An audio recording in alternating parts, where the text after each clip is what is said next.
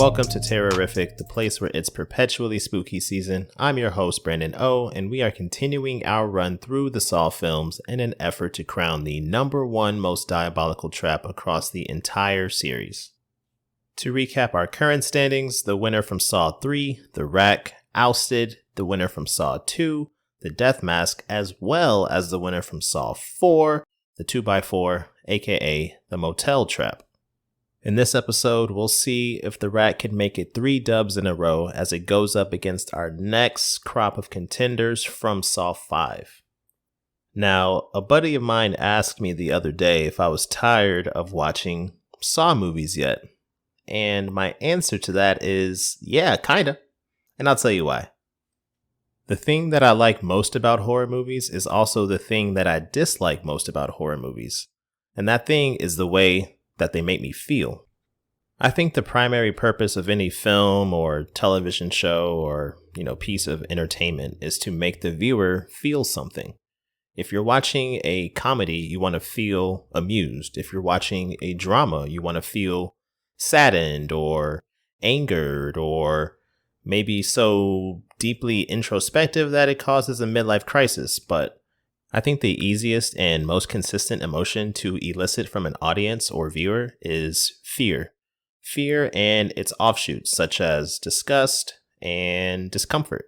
If you watch a bad comedy movie, it's not going to be funny, so you're not going to feel amused. If you watch a bad drama, you're probably not going to feel saddened or angered. You'll probably feel bored. And any introspection that you have is probably going to just be about wondering why you spent 2 hours of your life watching some bullshit.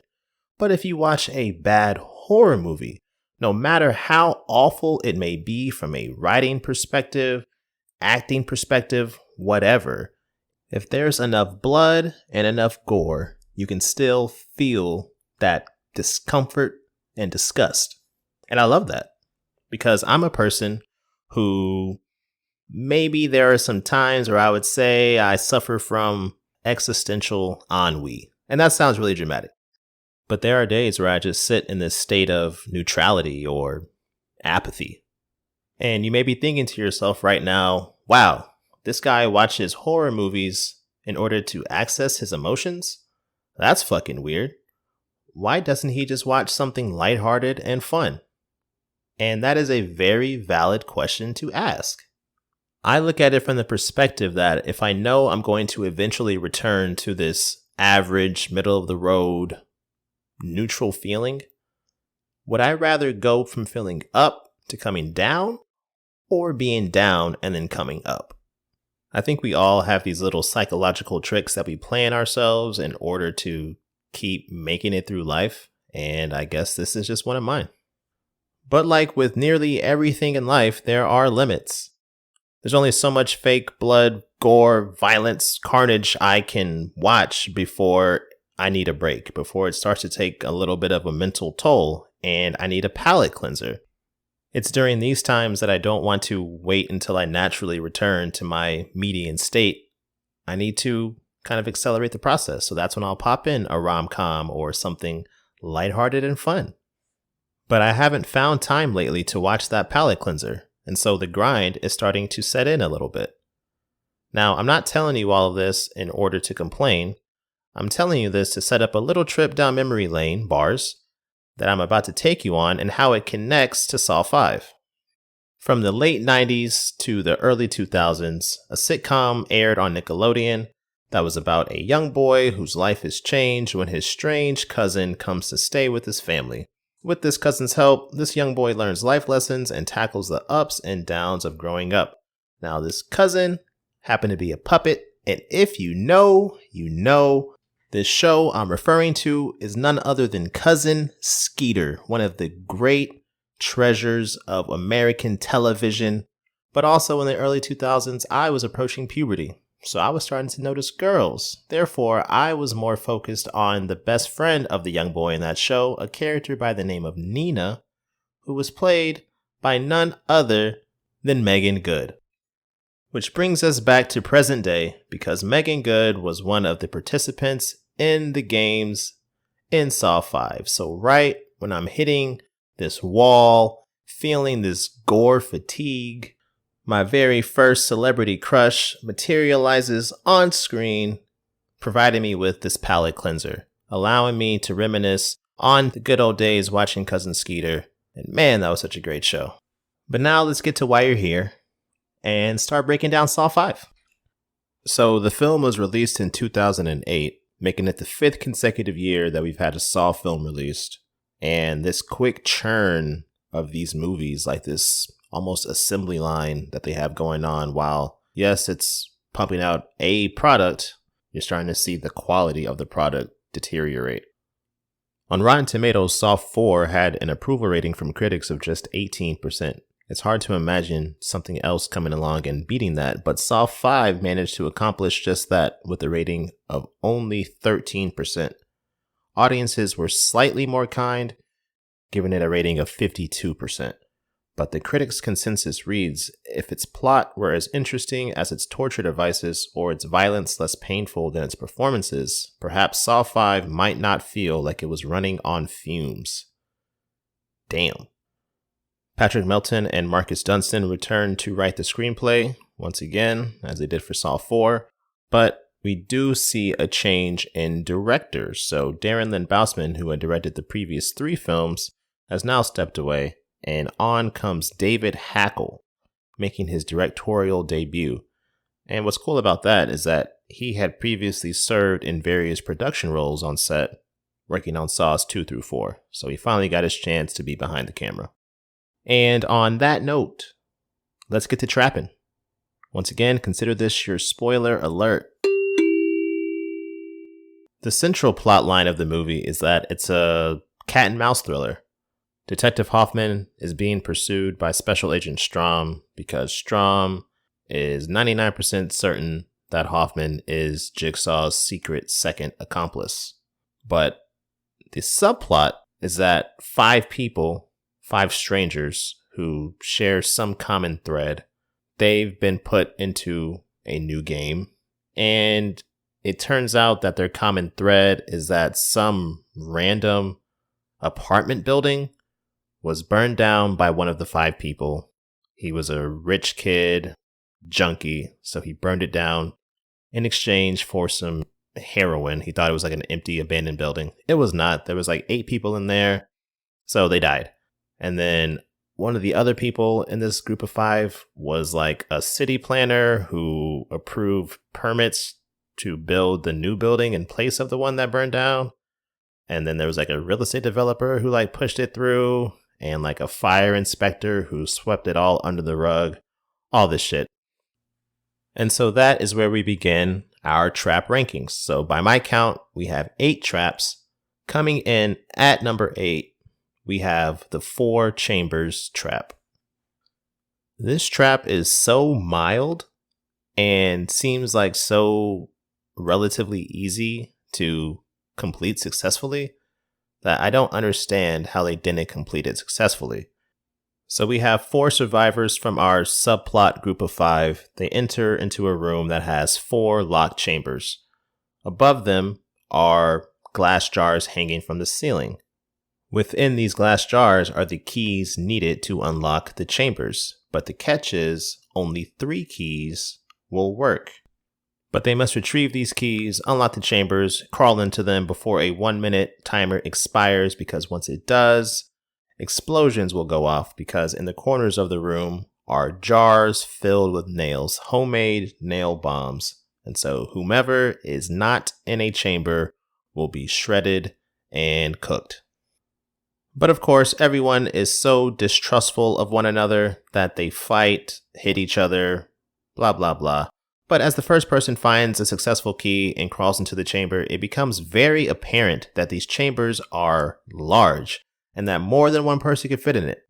Yet, they leave one dude out and he gets absolutely obliterated. Now, on my scale of diabolicality, the far end, the far right end, that is absolutely fucked. The far left end, we have completely avoidable. And this trap skews far left, completely avoidable. All y'all had to do was just crawl 2 people into 2 chambers and you would have been straight. But instead, y'all want to squabble and have this dude's intestines paint the wall. And this will inevitably come back to haunt them. And along those same lines, at number 7, we have another trap that was highly avoidable as well. And that trap is the horizontal guillotine. Now, this trap is the first one that our group of 5 faces. It's also the first time that we see Meagan good. Let's just let that breathe for a second. Okay, anyway. So we have these 5 people in a room, and they're arranged like in a line, almost like lanes. And they all have collars attached to their necks with a metal cable running through it. And this metal cable feeds behind them, where there's also these large mounted razors. So it becomes apparent that if this metal cable pulls them backwards, they will be beheaded. The keys to their collars are in 5 glass boxes in front of them, but as soon as one person makes a move for the key, it kicks off the 1-minute timer. And if they are unable to free themselves before that minute is up, then they will be yanked backwards into the horizontal guillotine. There's also a separate 15-minute timer that once that expires, nail bombs in the room will go off. So the first guy makes his move for his key, which starts the clock for everyone else. And as he moves forward, everyone else is pulled back slightly. So it's a zero-sum game. They have to go one at a time. The first 4 all get their keys, but by the time they're done, there's like 3 seconds left on the clock. So person number 5 gets her dome separated from her body. Awkward and also avoidable. During Jigsaw's recorded monologue, he says that all 5 of these people were born with advantages that they have used only to improve their own lives. And he implores them to resist listening to their lifelong instincts and act in the opposite manner, aka don't be selfish and you will survive. Well, they don't listen, and shockingly, someone does not survive. Wow, who would have ever saw that coming?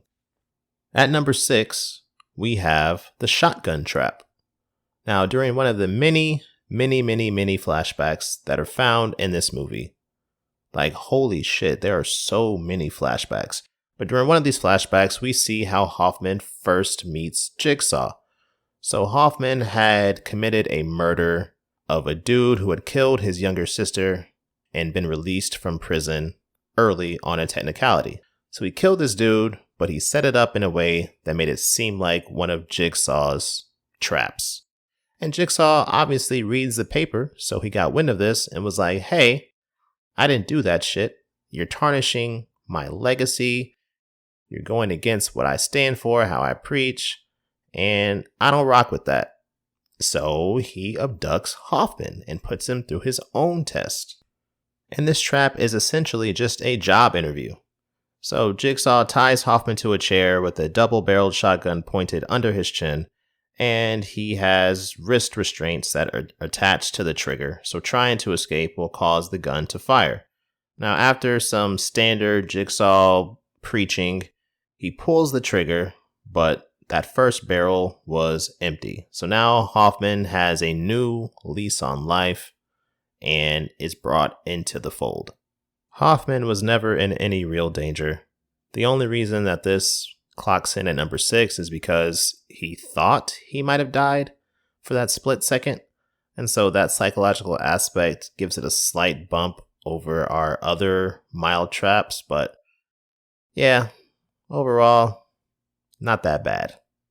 And now moving into the top 5. At number 5, we have the electrical current trap. Here we find our subplot group of 5 has been reduced to 3, and they enter into a room, and the door to exit that room has 5 locks.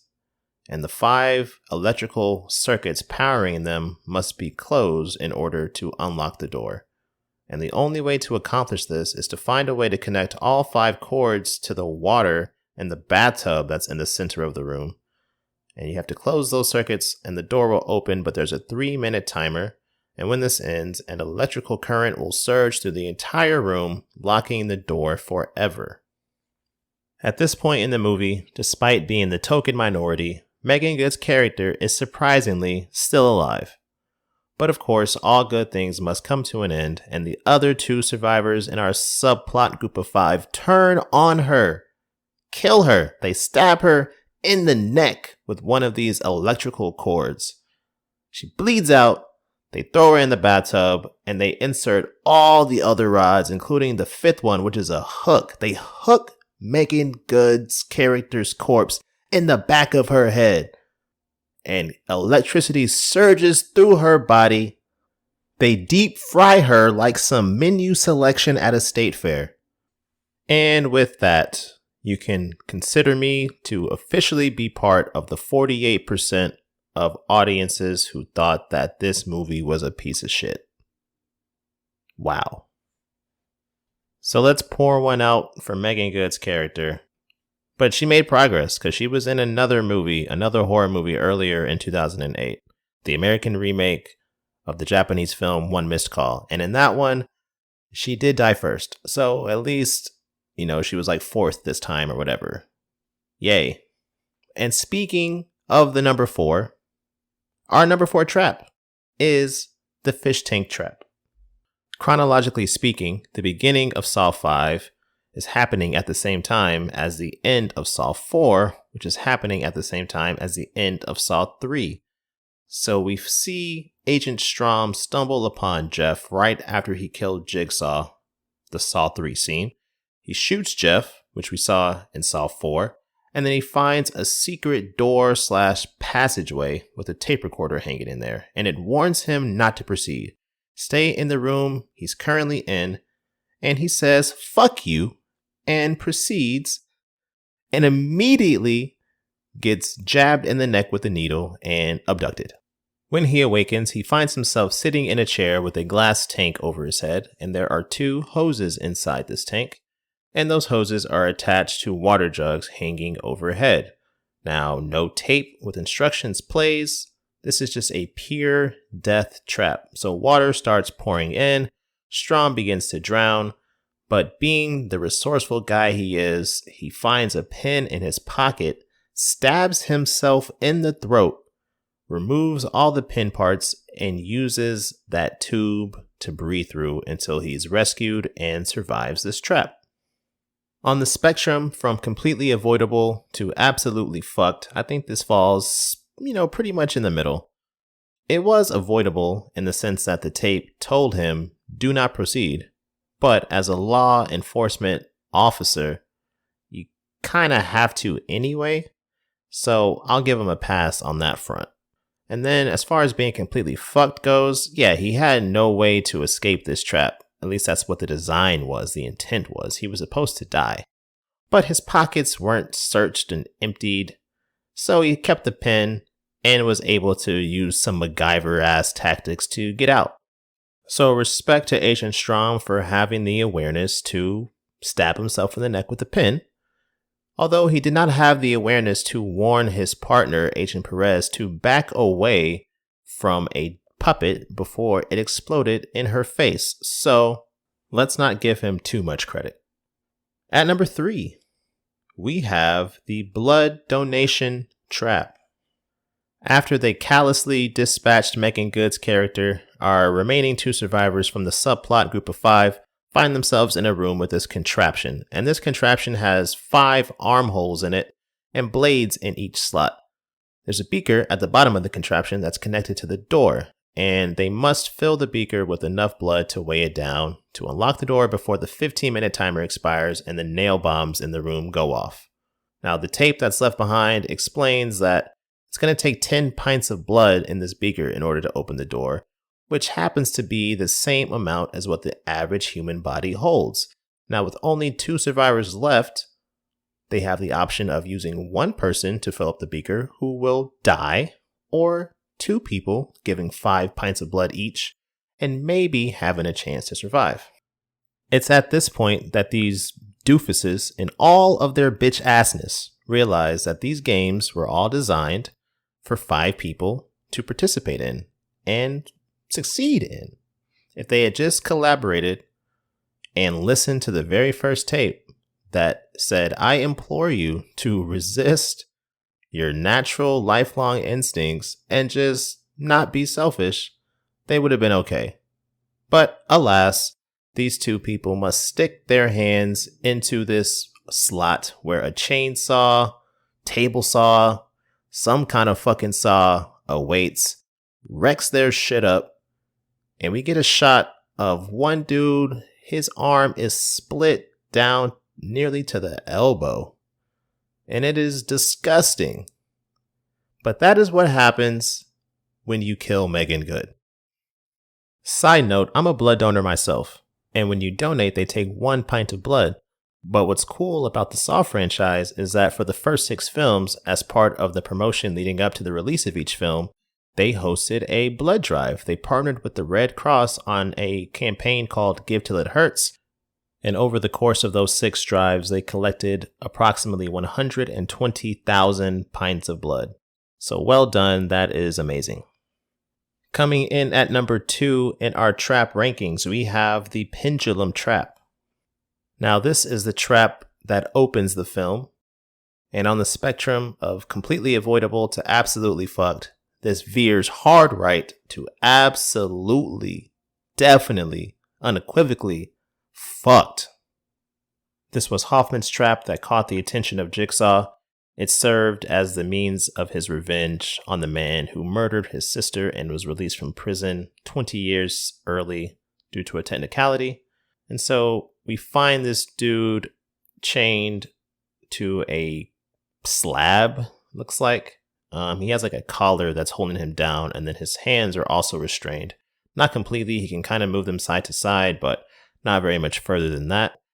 And on the sides of him are these vice grip-like devices, and hanging above him is a pendulum with an axe attached to the end of it.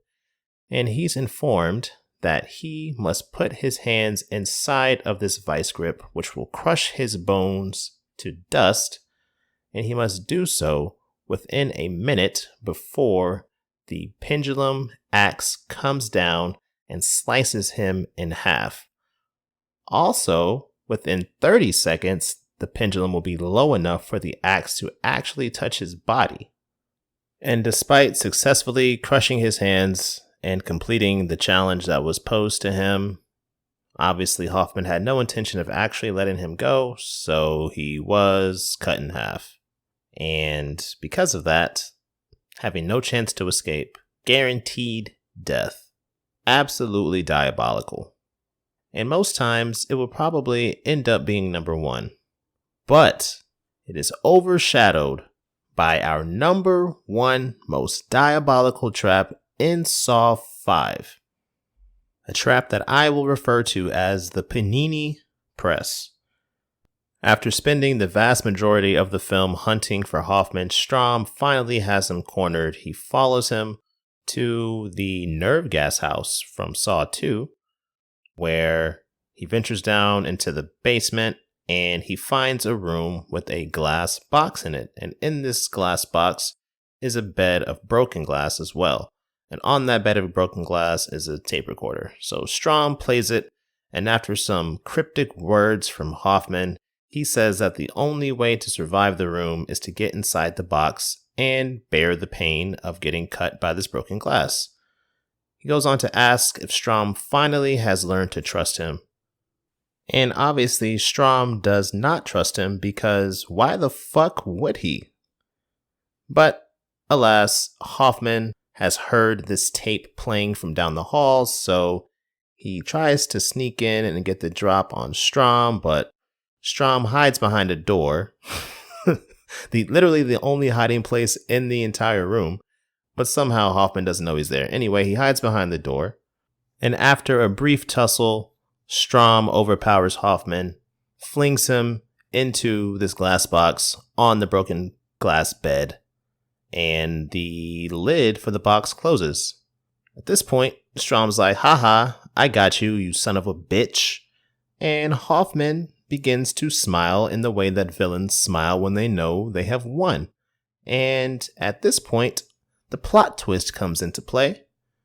It turns out that Strom had cut the tape short when he was playing it, so as it resumes, Hoffman goes on to say that this room will now become your tomb. The door closes, it's locked forever, and the glass box that Hoffman is in begins to slowly lower into the ground, while the walls of the room begin to close in. At this point, Strom realizes that he's absolutely fucked, and he's slowly crushed to death. Wow. And if that isn't bad enough, Hoffman has also framed Strom as being Jigsaw's second accomplice. So not only does Hoffman crush Strom's body, but he also crushes his career, his friends and family's memory of him, everything. Like, the dude is fucked. But how does this compare to our current top dog, the Rack?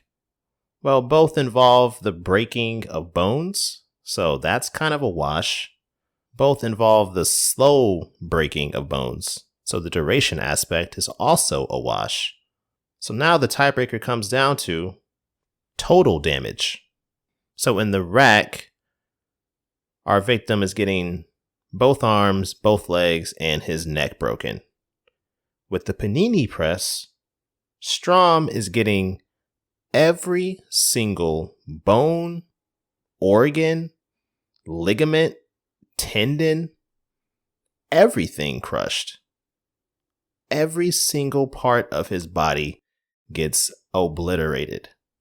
And because of that aspect, I am taking the panini press over the Rack as the most diabolical trap through the first 5 Saw films. It will advance in the competition to take on our next crop of challengers.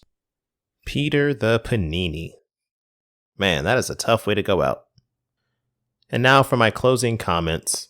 With Jigsaw being dead in this story outside of flashbacks, he takes a back seat as the central antagonist. And because of that, the imagery that we've seen so prevalently throughout the series up until this point also takes a back seat. Things start to shift to more of a focus on Hoffman and his ideals. Gone are the religious references. Gone is this notion that these traps and these killings are meant to achieve some greater good, some greater purpose of helping people to see the true value of life. Hoffman's just here to kill motherfuckers, if we're being honest. His primary purpose is to protect himself. He doesn't want Strom to catch him and out him as the second accomplice to Jigsaw.